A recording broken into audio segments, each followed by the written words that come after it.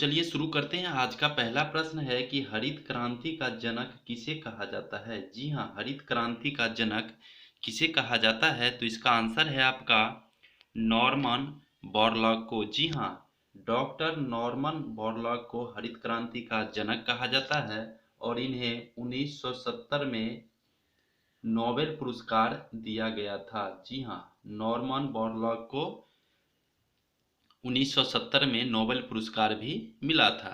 Next question है कि भारत में हरित क्रांति का जनक किसे कहा जाता है। जी हाँ, भारत में हरित क्रांति का जनक किसे कहा जाता है, तो इसका आंसर है आपका डॉक्टर एम एस स्वामीनाथन को। जी हाँ, डॉक्टर एम एस स्वामीनाथन को भारत का हरित क्रांति का जनक कहा जाता है।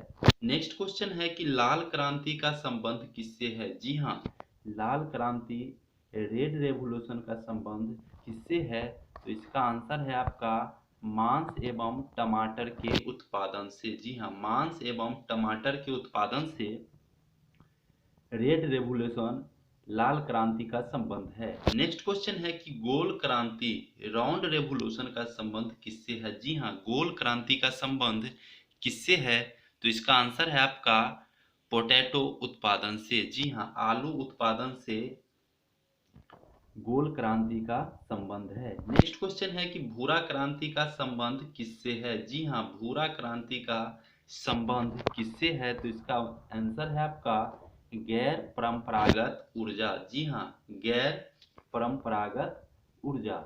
नेक्स्ट क्वेश्चन है कि कपास, जूट एवं पटुआ किस प्रकार की फसल है। जी हाँ, महत्वपूर्ण प्रश्न है कि कपास, जूट एवं पटुआ किस प्रकार के फसल हैं, तो इसका आंसर है आपका कि ये सब रेशेदार पौधे या कहें तो रेशेदार फसलें हैं। जी हाँ, नेक्स्ट क्वेश्चन है कि गन्ना, तिलहन, सोयाबीन, रबर ये सब किस प्रकार की फसल है। जी हाँ, गन्ना, तिलहन, सोयाबीन, रबर ये सब किस प्रकार की फसल है, तो इसका आंसर है आपका व्यावसायिक एवं नकदी फसलें। जी हाँ, ये व्यावसायिक एवं नकदी फसलें की श्रेणी में आते हैं। नेक्स्ट क्वेश्चन है कि चावल उत्पादन के लिए औसत वर्षा कितनी होनी चाहिए।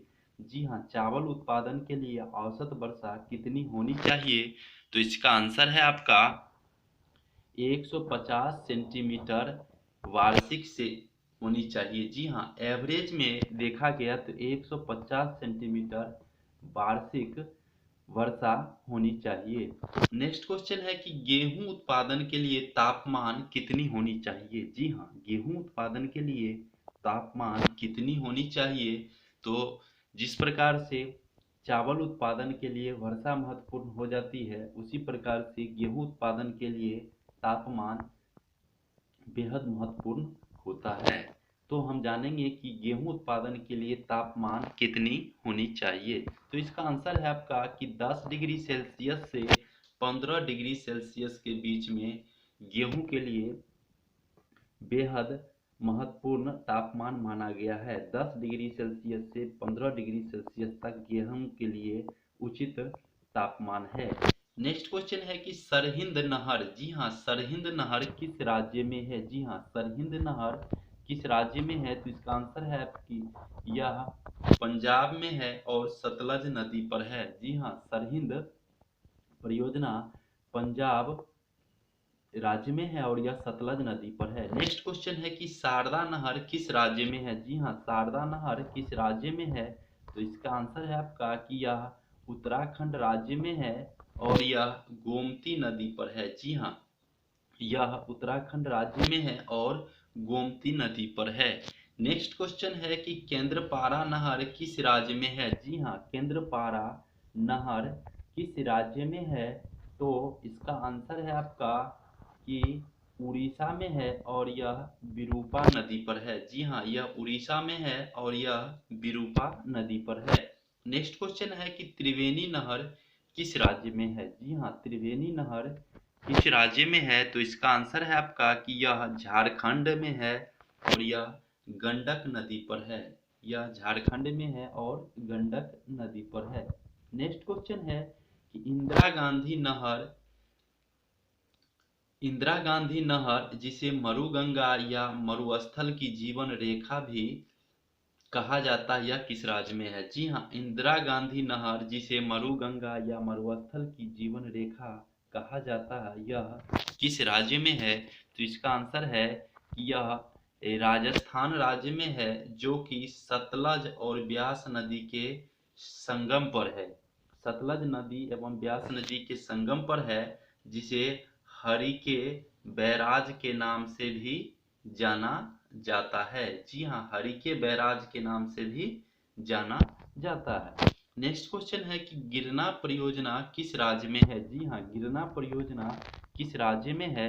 तो इसका आंसर है आपका महाराष्ट्र में है, जो कि गिरना नदी पर है। नेक्स्ट क्वेश्चन है कि पेरियार योजना किस राज्य में है? जी हाँ, पेरियार योजना किस राज्य में है? तो इसका आंसर है आपका कि यह तमिलनाडु नदी में है, तमिलनाडु राज्य में है, जो कि पेरियार नदी पर है।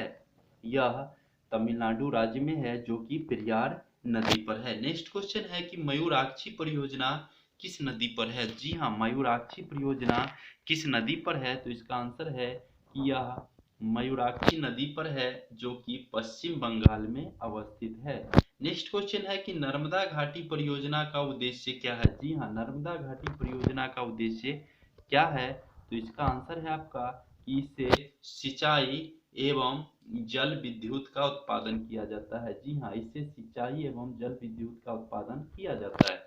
नेक्स्ट है कि कोसी परियोजना का उद्देश्य क्या है? जी हाँ, कोसी परियोजना का उद्देश्य क्या है?